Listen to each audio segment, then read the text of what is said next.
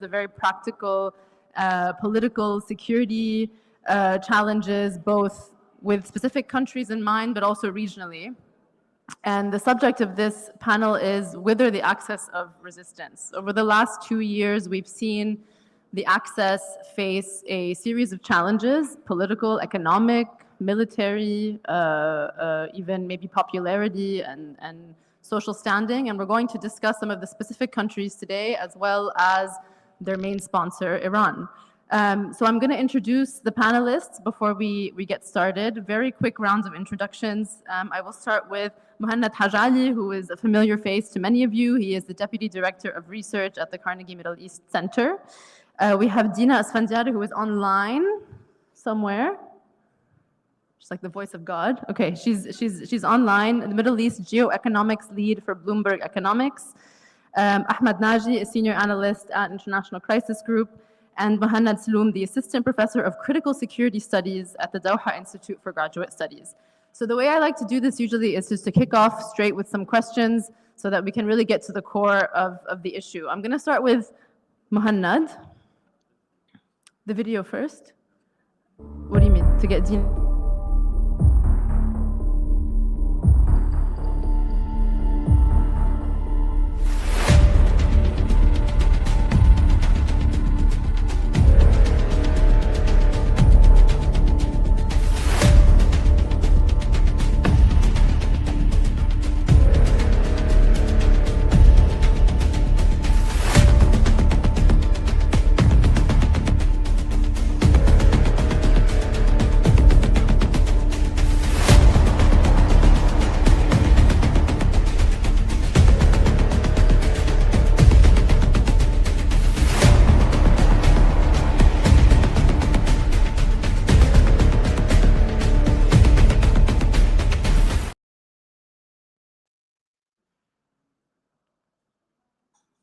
Okay, Muhannad, I'm going to start with you.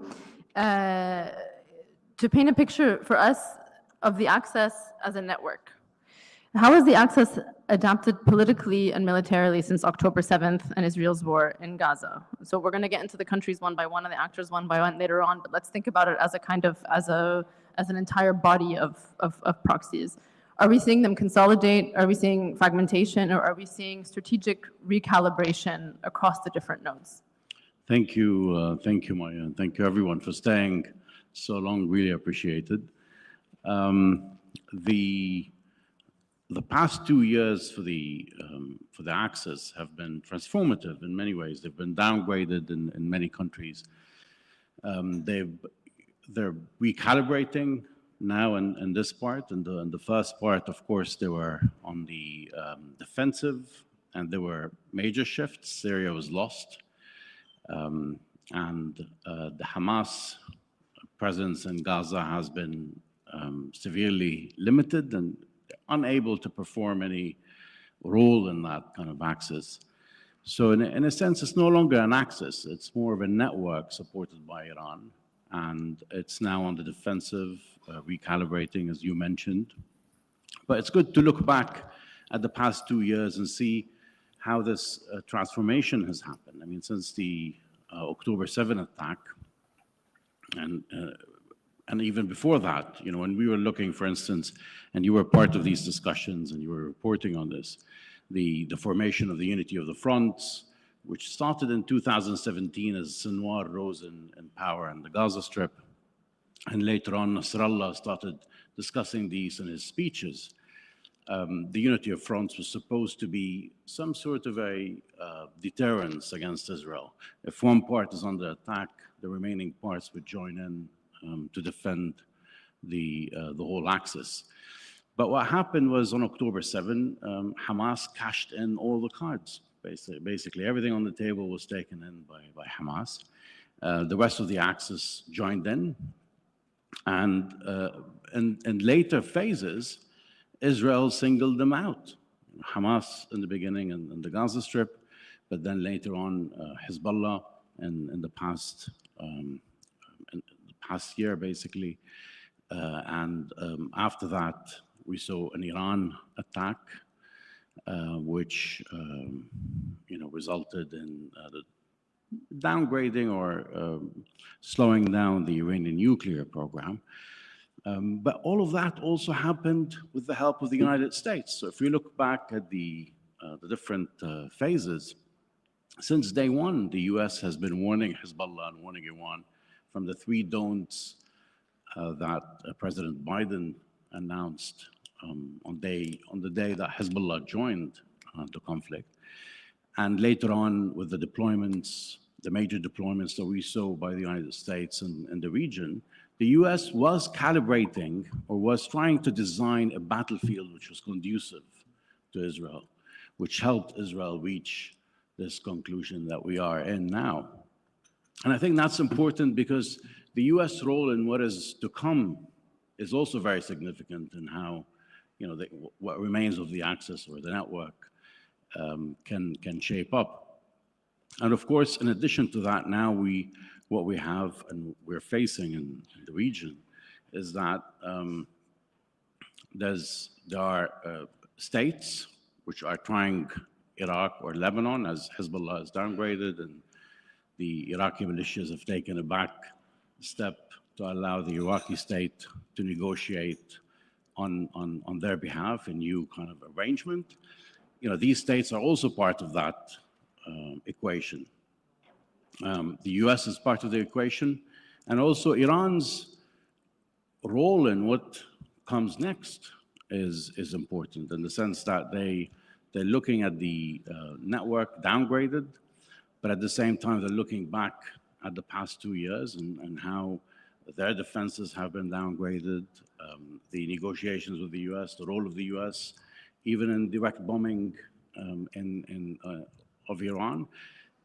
I think all of these will lead to Iran making a decision on what comes next and how strongly it wants to defend the rest of the network. We're going to talk about Iran's role now with Dina, but just as an overall kind of summary. So basically, your view was that they were downgraded from an access to kind of very loose network where everybody has to deal more with their domestic considerations than the overarching kind of regional goal that they all have in mind. And the Syria element there is quite significant. It was a significant logistical actor within the axis, and I think this is out of the equation. And also the shift in Syria has given Turkey a more advanced role. And as in the past, when we go back to the 80s and we look at the formation of Hezbollah, it was done in negotiations with Syria, with Syria under Hafez al-Assad. And I think in this current setup, what comes out of the Turkish-Iranian understanding on how they're going to face up the Israeli encroachment on the region or the attempt to dominate, I think what comes out of this arrangement will impact what will be left of Hezbollah and what role will be left for Hezbollah and other actors as well. Understood. I'm gonna jump to you, Dina, just because I know your time is tight this evening. So thank you for joining us. I can't really see you. I see you out of the corner of my eye, so I'm just gonna say hello.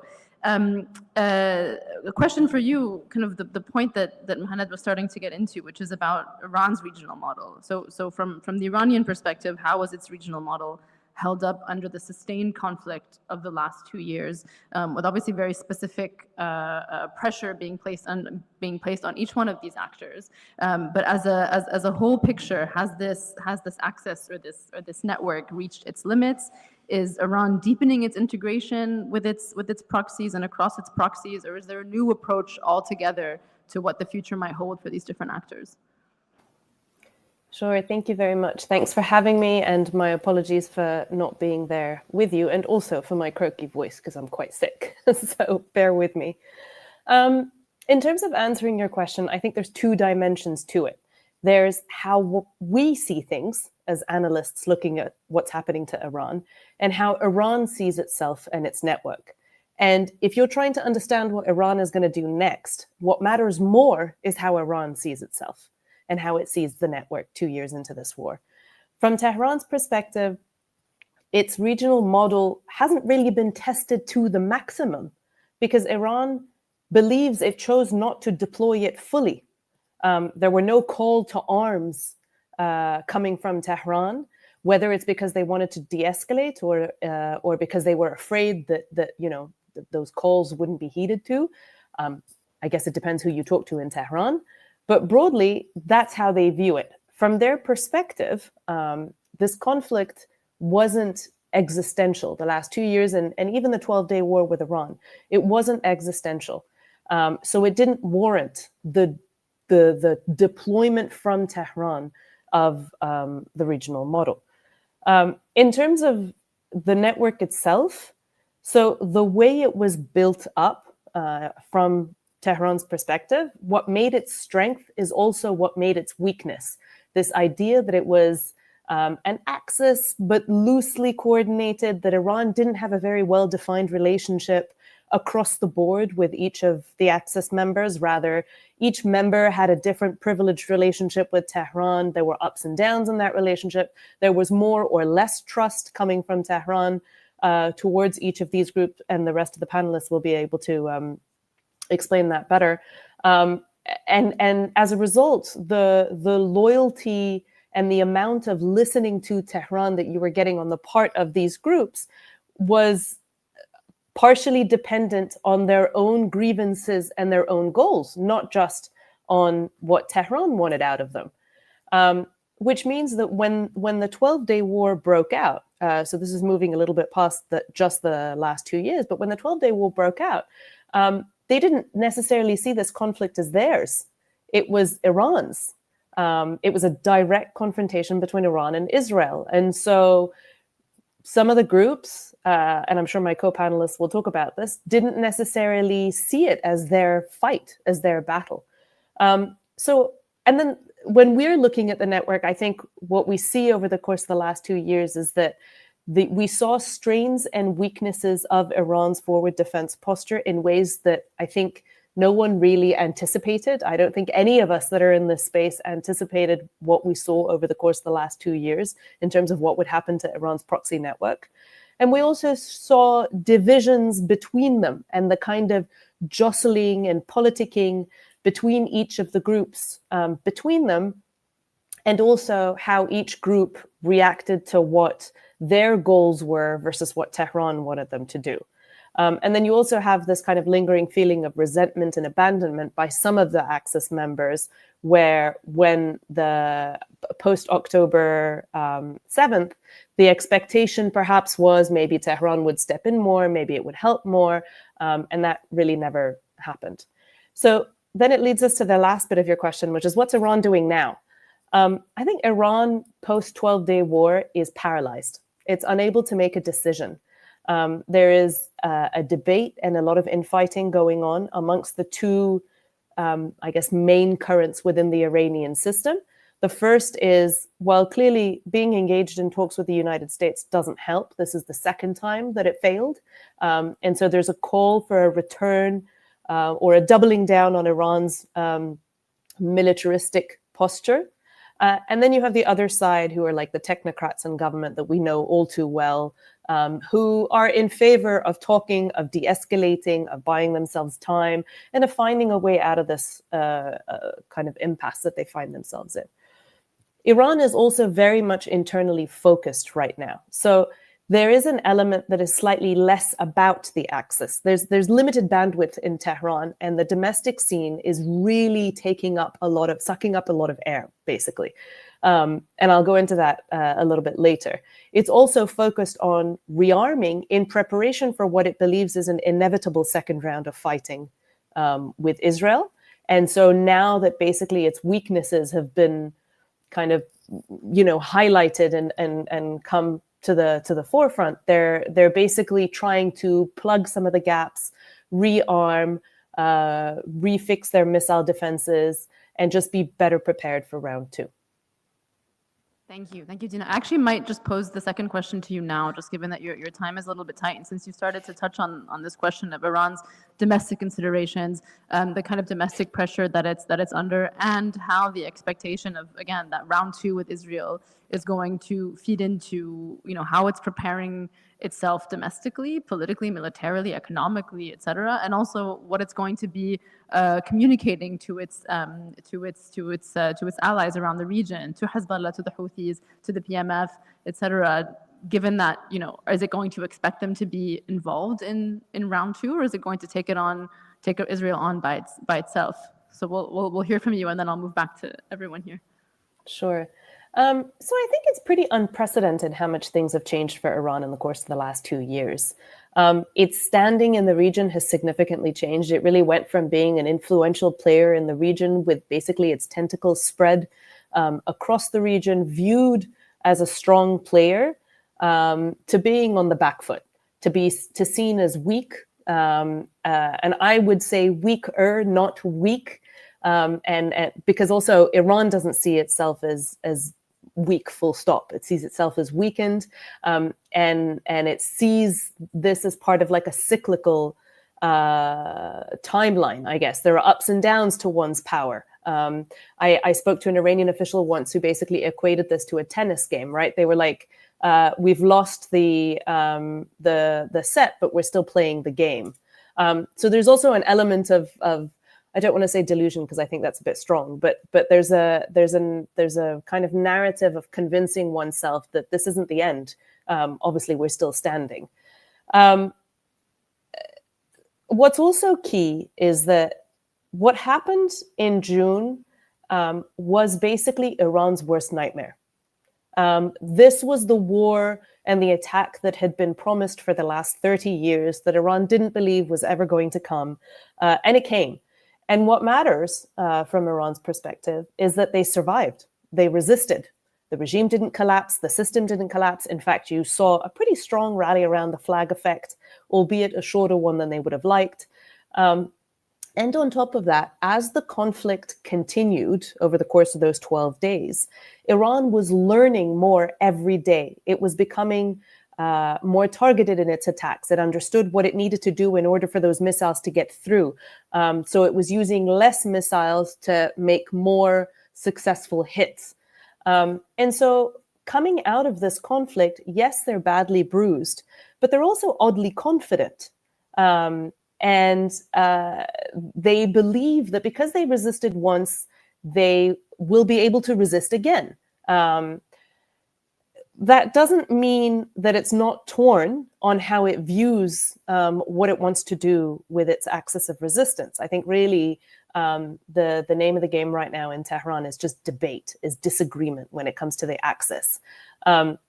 Because ultimately, when it looks back at whether its forward defense posture worked, well, up until this year, up until the last 2 years, you could argue it was pretty effective. It lasted several decades. It worked pretty well. Iranian influence was on the rise. That it faces setbacks and ups and downs is frankly not surprising, as any other policy would. So again, think about that tennis game mentality. So I think Iran is really kind of weighing the pros and cons. Do we go back to it? Do we come up with something new? But it's doing all of that in the middle of a bandwidth issue, which brings me to the domestic situation. I mean, if you look at the domestic issues that Iran faces right now, from the economy to environmental problems and water shortages, to political and social tug of war that it has with the population right now, and arguably one of the biggest issues, this idea of succession of the supreme leader, which really was brought to the forefront during the war when Israel made those threats on the supreme leader's life. So despite the fact that the system has been preparing for his succession, this just made it all the more scary and all the more real. And so I think there's, again, a bit of a scrambling going on to kind of basically check everything, make sure as all the ducks are lined up so that if something happens, then they're ready to tackle it, because this will be the single biggest thing that Iran, the Islamic Republic, will have to tackle. And then just quickly on round two, I think, like I said, they're preparing for it, particularly in terms of rearming, largely with China's assistance. I think there was a Wall Street Journal piece maybe about this last week. They are worried about a couple of things, though. They're worried that if you have a second round and it lasts, they're worried about what will happen to popular discontent. That rally around the flag effect is pretty strong in Iran, and it always has been. And they really knew how to play on it during the 12-day war. But they were also really surprised that it didn't last very long. Once the war was over, that popular discontent kind of came back. And so they're worried that if you have a long drawn-out war with Israel, what will that mean? Will there be a point where the Iranian public turns around, stops blaming Israel, and starts blaming the government for its shortcomings? So what will escalation do to the system? Is it going to become existential, basically, is the big question. And in the meantime, like I said, they're plugging vulnerabilities. They're streamlining decision-making. They're tightening the circle.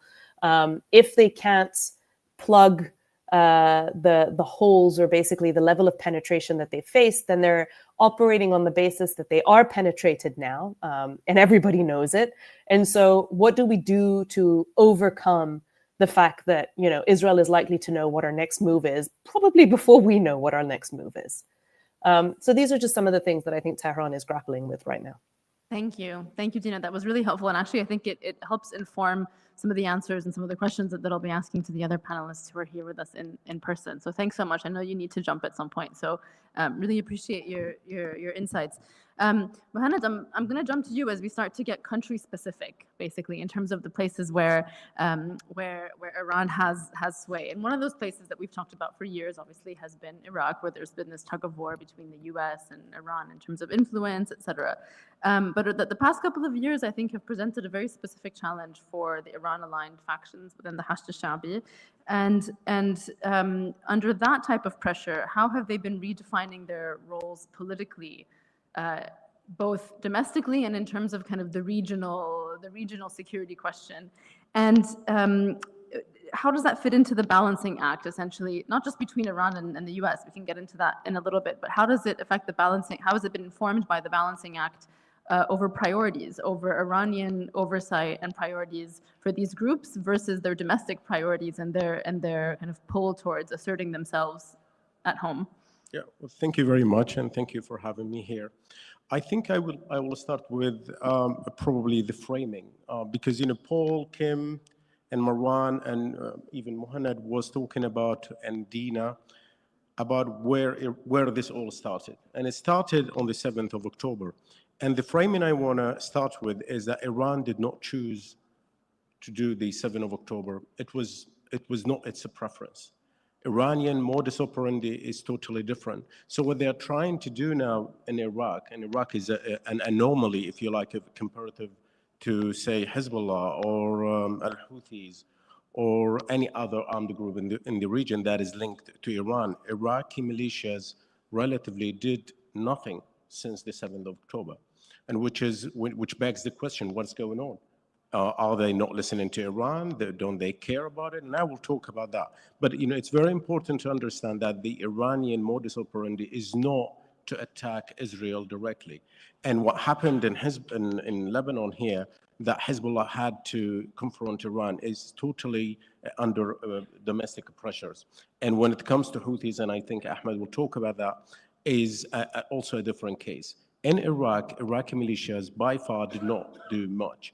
And during their stay in Syria, because before they came back to Iraq, we had militias in Syria. And these militias, they were very close to the Israeli forces when they came across the borders into Syria, and they chose to retreat under Iranian orders. And during the 12 days war, I had a chat with a senior militia leader in Iraq, and I asked, why did you not intervene on behalf of Iran, at least support them somehow? And he said that the Iranians told us not to intervene. And he cited another incident. Last year in 2024, in January, some militia in Iraq sent drones to a base in Jordan, killing 3 US soldiers. And he said that a very senior IRGC commander came to Baghdad, and he was furious that we did that. He was asking, why did you do that? We don't want you to do that. We want you to stay safe and preserve you for another day. So I asked him, well, another day came. It's, the 12-day war. And he said, no, the Iranians see that this is not the final call, and that a day will come in the future for us. Sorry. This is how hard Mohanad is thinking. The armchair completely goes down. Amazing.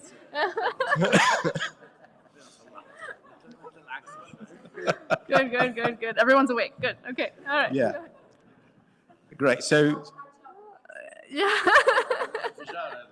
well, how fragile the access is. So basically, the Iraqi militias, they're an anomaly because they're not only an armed, if you like, group that is strategically linked to Iran, and they have a lot of tactical freedom, but they are also, Iraq is to Iran a breathing financial lung, where, you know, Iraq is a very rich country, and Iran does not have to support Iraqi militias. And so they play a role. And now, and to answer your question, what is going on now? So the Iraqi militias, they have to play this balancing act between not only the US, but also internal pressures coming from the Kurds, coming from the central government, and also the US assertiveness against the Iraqi militias. So what they did, basically, they inserted themselves. They've been doing that for some time, but they were not very much active, say, 4 or 5 years ago. They were part of the government, but they wanted to distance themselves also from the government. They did not want to also to integrate themselves into the army. So they created the umbrella, the PMF, and in which also there are other militias, which are called the militiat al-waqiha, the, I don't know, the bad militias, if you like, by Muqtada Sadr, Yeah. right? And so these, you know, they have been trying to stay away from government. This time around, because of the threats coming from the US, they're part and parcel of the government. I read on the way from Doha to here on the plane in actually in a Lebanese magazine, Al Akhbar, they interviewed an Iraqi militia leader who said that our fingers are on the trigger, but also we have 97 MPs in the new parliament. If they want to end our militias, they would have to collapse their own democratic project in Iraq. So they are, you know, they're playing this, if you like, this card that they are part of the government, but also they have weapons, they have the PMF.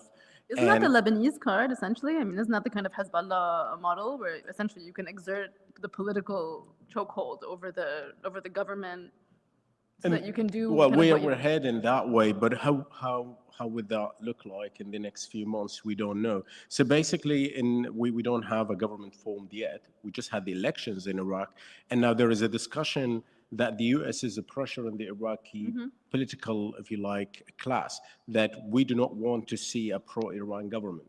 And the Iranians are saying that no problem, you can have a pro-American government, but you're going to have a pro-Iranian parliament. And that is, you know, and where, you know, this parliament will actually be supporting and protecting Iranian interests in Iraq. But I want to maybe stress this, that the Iranians are not confrontational. They do not want their own access in Iraq to confront Israel. And it was not their wish to actually also confront Israel. I had a chat with Hania, with Khalid Mishal and others right after the 7th of October, because they are based in Doha, for an article I published with Intelligence and National Security to understand why did they do that? Did they have any knowledge? And also investigate whether Iran had any knowledge. And my assessment from the data I collected and also interviews, that Iran did not have any knowledge of that. So maybe they have supported Hamas to have the capability to do that, but they did not choose to do that because it's against their interest. You know, the status quo before the 7th of October, it was squarely in Iran's interest. What happened after that was absolutely against their interest. So what they're trying to do in Iraq now is to preserve their access in Iraq because it is their strategic depth. It's also next door. It's different to Hezbollah. It's different to al-Houthis and other militias. And would you say that, I mean, now essentially is it the most well kept of its allies and of its regional proxies? It's been spared essentially the level of strikes and damage that we've seen has been exerted on Hezbollah. So would you say the PMF is kind of maybe now emerging as one of the stronger Iranian allies in the region? It is the strongest. And actually what they did, you know, let's not forget, Iran was accused of attacking Al-Bqeq al-Khras, which is Aramco in Saudi Arabia. But the focus is only on the attack in September 2019. But there was another attack in May 2019, and that attack was launched by Iraqi militias. That was well established, I think. And so they have the capability as well, and they have the resources of the Iraqi government and the Iraqi army, and many PMF, if you like, members. They're also part of the Iraqi army, and they got high standard training by the US, by NATO, and other countries, in addition to what the Iranians have taught them. And there is an area south of Baghdad called Jurf al-Sakhar, which has been targeted several times by the US, accusing the PMF of developing and harboring high-tech missiles coming from Iran, including hypersonic missiles. So it is, if you like, Iraq is becoming in a way, or accused of being, so that I am more accurate, accused of being a launch pad for probably future Iranian attacks. Thank you. Thank you, Manan. Okay, I'm going to jump to you, Ahmad, to talk about Yemen, which I think is something that we don't really talk about very often because we get obsessed with Hezbollah and the Hashid, but this is a good opportunity to do a kind of recap as well.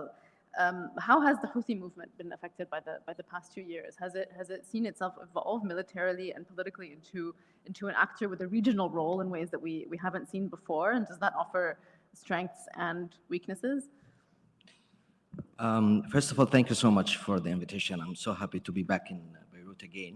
I think if we look at the Houthis within the axis of resistance, we saw them very active in the past 2 years, perhaps the most active one, given their ongoing operations in the Red Sea, the direct attacks towards Israel. And I think if we look at the Houthi position towards what's happening in Gaza, it's not just to support the axis of resistance. The Houthis also have their own internal calculus inside the country. And to understand this dynamic, we need to look what happened after 8 years of war between the Houthis and the Saudi-led coalition. Because the outcome of this war was the main driver for the Houthis to jump in and show this kind of strong position. So the Houthis reached a moment when there was a truce between the Saudi-led coalition and the group. They were somehow relaxed because they kept saying that we are winning the war and we are imposing our conditions on the Saudi-led coalition. And their move was mainly driven by the idea that even if we go to support the Axis, we have a deal on the table with the Saudis. And I still remember before October 7th, my conversations with them, some senior diplomats talking about the idea today is about when and where will be the announcement of the deal between the Saudis and the Houthis. So they were somehow relaxed. They have a deal on the table and they can, jump in if there's any sort of gains that will be extra gains in their control inside the country. And if there's no meaning for their support, they will not lose anything, at least inside the country. And later on, the Houthis, because of their doubling down and this kind of escalatory attacks, either in the Red Sea or towards Israel, they used that to maximize their gains inside the country by recruiting more people. So, remember last 3 months, Abdul Malik al-Houthi, the leader of group, mentioned that we recruited 1 million fighters in the past 2 years. And of course, these 1 million fighters will not fight in the Red Sea. They will fight, of course, inside the country, and that's has something related to the local dynamics. The other thing, which is really interesting, is the shift of the war inside the country from the mainland to the maritime space. Yep. So the Houthis, at some point, felt that now we have the most popular inside Yemen, and now is the time to move towards the maritime space to impose our control there. So they established, during their operations in the Red Sea, established a center called the Humanitarian Coordination Center, through which they give this kind of approvals for shipping companies if they want to pass through the Red Sea. Just to tell everybody that we are the rulers. Yeah, here. And we are the only representatives of Yemen. And if you look at the spokesperson of the Houthis, Yahya Sariyah, unlike, for example, Hezbollah or Al-Hashd in Iraq, they don't say we are Ansarullah or we are the Houthis. They all say we are the Yemeni army. We are the state. And this is actually one of their thinking when they look at, what they are doing. It's kind of the biggest PR campaign they are doing towards convincing everybody that we are Yemen and we are the only active, country in the region that's supporting Gazans during this, Is that both a domestic PR campaign and an Yeah. external PR campaign? Is it simultaneously? I mean, is it Yeah, both, I mean- both consumptions? Yeah, I mean, I mentioned the number of recruitment. 1 million. Of course, that because there's huge solidarity with Gaza inside the country, and that was reflected through their ability to recruit. But that comes with a cost.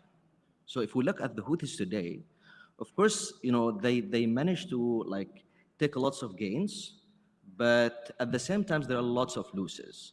One of which was the FTO. The Houthis today is designated as a terrorist organization. And we saw, for example, in May, the ceasefire agreement between the Houthis and the US that stopped the military war between the two sides. But there's also another war in parallel, which is the economic war between the two sides. This one is still ongoing and it's escalating. And that, of course, is harming the Houthis a lot. So, for example, Hodeidah ports almost stopped. Still, there are some sort of movements, but not that big. The Houthis are losing lots of revenues. And at the same time, that kind of like economic sanctions, FTO, made it hard for the Houthis to revive the political roadmap that I spoke about at the beginning of my talk with the Saudis. Because again, for the Saudis to go back to the roadmap or the political settlements with the Houthis, they need to find like practical solutions for two things. How they can, continue this kind of political deals with the Houthis, taking into consideration the, FTO-related matters, and at the same times, how they can, include the maritime security as a part of this deal, because this is one of the key conditions coming from the US, from other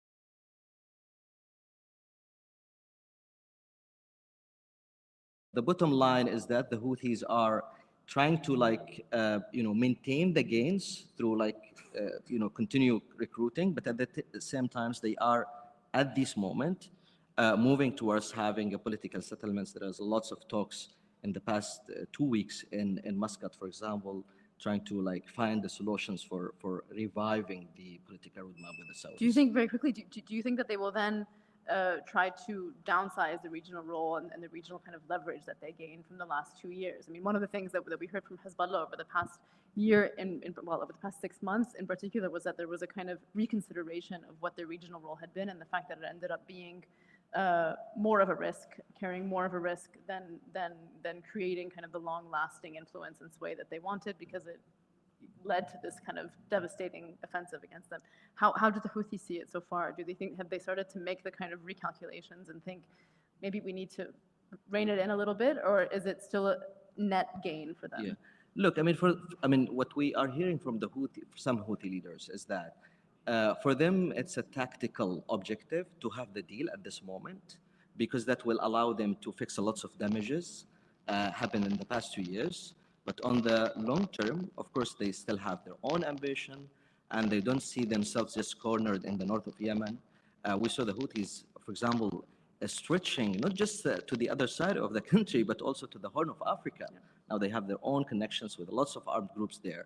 I don't think they will abandon that strategy, but it's a matter of time. At this moment, they need urgently the deal. They need more economic support. And of course, later on, they can, continue their strategic, movement. Excellent, thank you. I'm gonna circle back this way, Mohanad, to talk about Lebanon, really, before we kind of zoom out again. There's been a lot written and a lot said and a lot considered over the past year, in particular, about how Hezbollah has been rethinking its military posture, its political role, its economic kind of resources, in particular post-ceasefire, not just post October 7th, but over the last year specifically, and the kind of specific set of dynamics that they have to deal with after November 2024.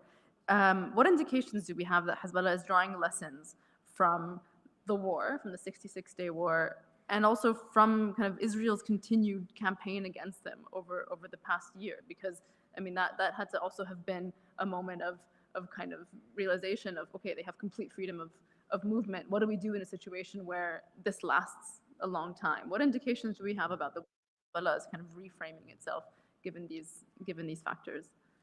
Yeah, we can, when we look at it, we can divide it into three different levels. You know, socially, as you said, economic support to the population, paying compensation to a large portion of the population which are impacted by the last conflict. You know, we're talking hundreds of millions of dollars which were paid in the past year. And in addition to that, you have the war of narratives which is ongoing. You know, the government and Hezbollah's opposition are trying to say, you know, Hezbollah led us here. This is where, you know, where we are is exactly because of Hezbollah's past policies. And the organization is saying, okay, you know, I'll walk your walk. You do your diplomatic bid. If you think you can save the country and deter Israeli ambitions and expansionism via diplomacy, do it. And he's been waiting for a year, and nothing really is happening. Israel continues to prevent people from returning to their homes. You know, we don't have a real deal in sight. What we have is more Lebanese concessions requested in return for no Israeli steps on the other side. So in a sense, Hezbollah has been making some advances when it comes to the war of narratives, thanks to Israel. Israel is basically doing Hezbollah's bidding by acting in the same manner as Hezbollah expects it to act, just being, you know, as predatory as possible, you know, increasing its demands from the Lebanese side with, you know, plans floating around in which no Lebanese citizen can return to that security strip, which is being formed by continuous bombing. So that is helping in the sense that, you know, Hezbollah's own support base is the launch pad for whatever military or militant project that they have. You know, they can recruit more from that base. They can count on it in the next phase in case, you know, we go to the second round of war. Politically, they're trying to contain whatever the government is doing. You know, the government push for disarmament, you know, south of the Litani and then north of the Litani. They're trying to do that either through consensus politics that we have in Lebanon, the sectarian system, etc., or via basically tying the disarmament to Israeli steps. You know, if Israel doesn't do this, you know, we won't reciprocate. So they're winning on both ends of the game here. And militarily, as you've mentioned, you know, Israel, of course, is claiming that Hezbollah is reconstituting itself, and to a certain extent that this is exceeding Israel's attempts to suppress it, which means, you know, more and more attacks are required from the Israeli side. But what we have seen so far is that, you know, the organization has been looking deeply into the lessons learned from the past year. In terms of communication, you know, many revisions we've seen them go out into the public, and I think, you know, they've done well in covering their activities. They're being more secretive, and I'm sure you've noticed that in your own work. And at the same time, I think the reality imposes on them a rethink of their military strategy in the past. This over-reliance on ballistic missiles, which require some sort of supply line, which no longer exists, probably shifted into a kind of a smarter warfare, you know, more focus on drones and capabilities. And we're looking at the daily strikes that Israel is conducting every single day, looking at the target list. It's not always, you know, the tabataba'is or, you know, many times we're seeing usually targets. not. It's usually not. Yeah. And I think that signals that the organization has kind of succeeded in blacking out Israel. And I think part of the hype that we are seeing in Israel's statements is related to the organization succeeding in doing that. But I think, you know, part of the rethink is also that there will be a defensive organization, that they won't take things, they won't be on the offensive, and they have to be in the defensive in the sense that they're preparing for the next war or round of conflict, and they will act as Israel escalates, but not at this stage. I think when when we have this status quo. Otherwise, they will lose in the other fronts, specifically the political and the social level. Yeah, a quick follow-up question on this, which I think is probably like the hottest question of 2026, and it was being discussed, all throughout this year as well, which is to what extent is Iran now exerting much more hands-on influence on Hezbollah, on its military decision-making, in a very tactical sense, not just both in a tactical and strategic sense. This was the question that everybody was talking about a little bit over a year ago during the war. Iran has not given us the green light to use our long-range missiles against Israel, and they're kind of involved in every major decision that is on the kind of the military front. To what extent is that the case now, and how much do you expect that to kind of last throughout next year? Are they just kind of getting Hezbollah in order and then they'll take their hands off a little bit, or is that the new reality? Yeah, what we learned in the past 2 years of conflict is Iran had a military presence in Lebanon. They were part of the Hezbollah command structures. When Zahedi was killed in the strike against the Iranian embassy in Damascus, it emerged that he was part of Hezbollah's Shura Council, the 7-member strong Shura Council, which was a decision maker within the organization, took decisions related to Lebanese matters, and he's an Iranian general. With every single major leader killed, you had an Iranian general. With Nasrallah, you had Abbas Nil Furushan, and others. There was one also with Safiuddin, and there was one who survived in the strike with Aqil, and he's supposedly now in a leading position within the organization. So Iran has a say within the military command structure, but another level to look at it is basically, in the past we had a charismatic leader, Hassan Nasrallah, leading the organization. He's a fluent in Farsi. He had a direct relationship with the supreme leader. Him and the whole command structure were murdered and killed in this war. But they belonged to a generation of the organization which went to fight and volunteered in the war against Iraq in the 1980s. So they all had a relationship with the Iranian leadership, with the IRGC, and that, I think, leads to the conclusion that they had some sort of say in discussion, and we've seen that in also some of the Iranian documents that came out after the Syrian war, that Nasrallah was part of the decision-making circle. Mm-hmm. But that no longer exists. Now you have a new generation of leaders. Israel has exacted a generational shift within the organization. And I think that leads to thinking that Iran has a more direct role in the military structure, at least. Specifically because now the leader of the organization, Naim Asim, is not seen as, was not seen as an heir apparent. He wasn't really someone who was poised to take over from Nasrallah. He took over because Nasrallah's heir, Safiuddin, was killed. And he was the only person who was visible and left to be the leader. So I think that also, makes us think that Iran plays a more direct role in the organization. Thank you. We have a few minutes left, so I'm going to go to the last round of questions to Muhannad and to Ahmed.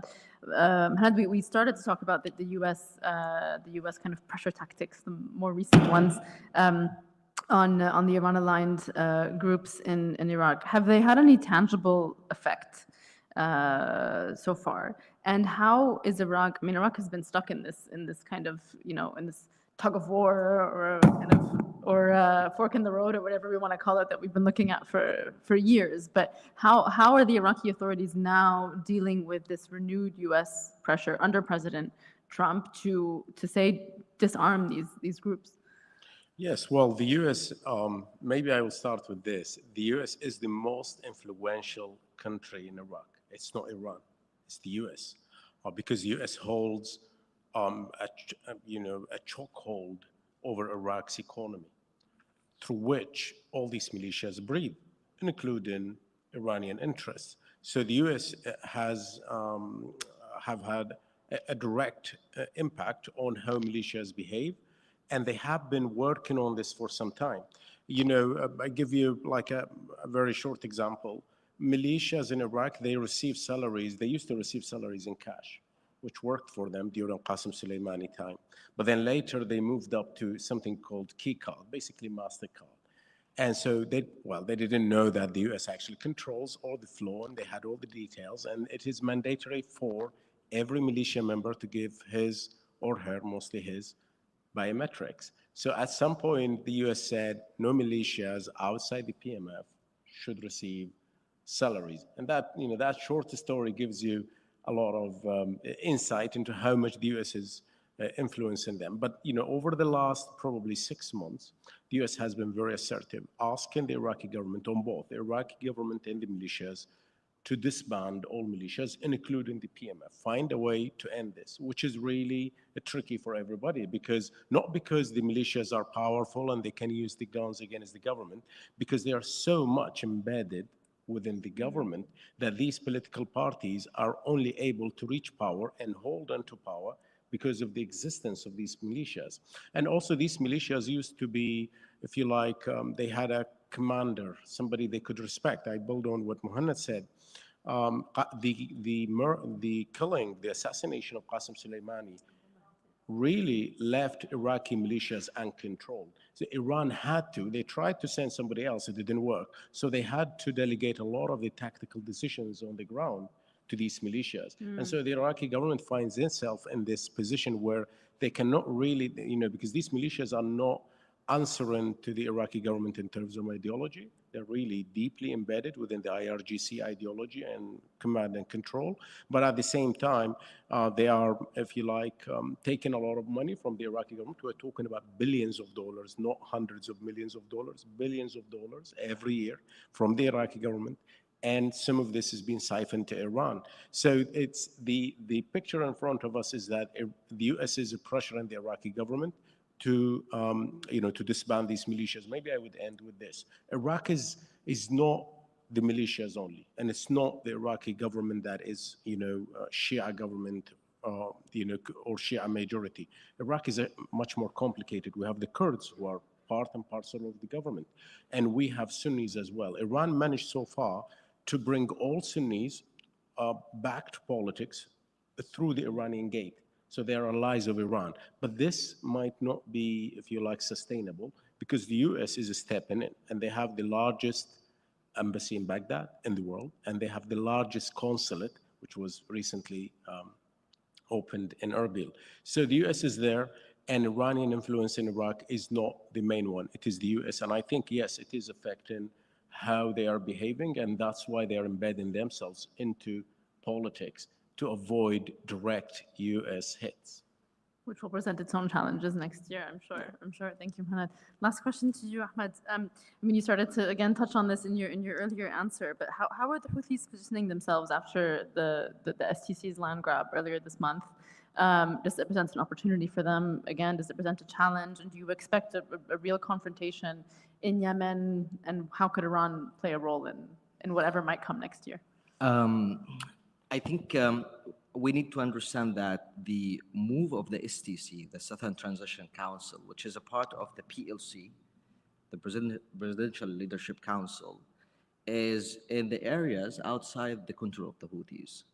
So it's kind of internal divisions within the PLC. So the Houthis are looking at the situation closely. Of course, for them, it's a tactical gain, but at the same time, strategic threat. Tactical gain in a sense that this is a division within their adversary camp, which is something, of course, they are happy about. The second thing, it's removing the narrative of legitimacy, because in the governmental areas, people always speak about the, oh yeah, this is the legitimate government, while the Houthis are just de facto government. Now they are putting, you know, the two sides equally on the same position, and that of course will be reflected on their negotiating position. But if we look at the long term, it's a strategic threat, because the Houthis, if we track their narrative, they always look at it as a move orchestrated not by the STC, but the backers of the STC. And here they always talk about the UAE as the main backer, and behind the UAE they talk about Israel. And they feel that Israel is becoming closer to them more than any time before. And they are concerned about this matter. This is number one. Second thing is the Houthis, one of the key principles they always speak about is the unity of the country. Of course, they will not fight at this moment against the STC, but in the future, of course, they will not accept any proposal talking about two Yemens. So on the long term, this is, something concerning, and they don't want to see any sort of divisions within the country at this time. And the other point, which is very concerning for them, is the engagement of other regional actors. So they are concerned maybe there will be more actors to come to Yemen at this point, and the South will be like a theater for more global and international influence, and that of course will be reflected on them. But there's also another point, which is until now we cannot have a clear assessment about the situation in the eastern side of the country, because until now there is some sort of back and forth talks between the UAE and Saudi, trying to contain the situation. The dust is still there, not settled yet. I think based on the how the both sides, the countries, I mean the Abu Dhabi and Riyadh, can deal with the situation, we can talk about the real assessment of the Houthis. But until now they are just watching, as I mentioned. Thank you, Ahmad. So it sounds like we have a lot of open questions for next year to think about, both in Iran and in the countries where it exerts its influence. So I will wrap it up there. Thank you, everyone. Thank you for sticking until the end. Thank you.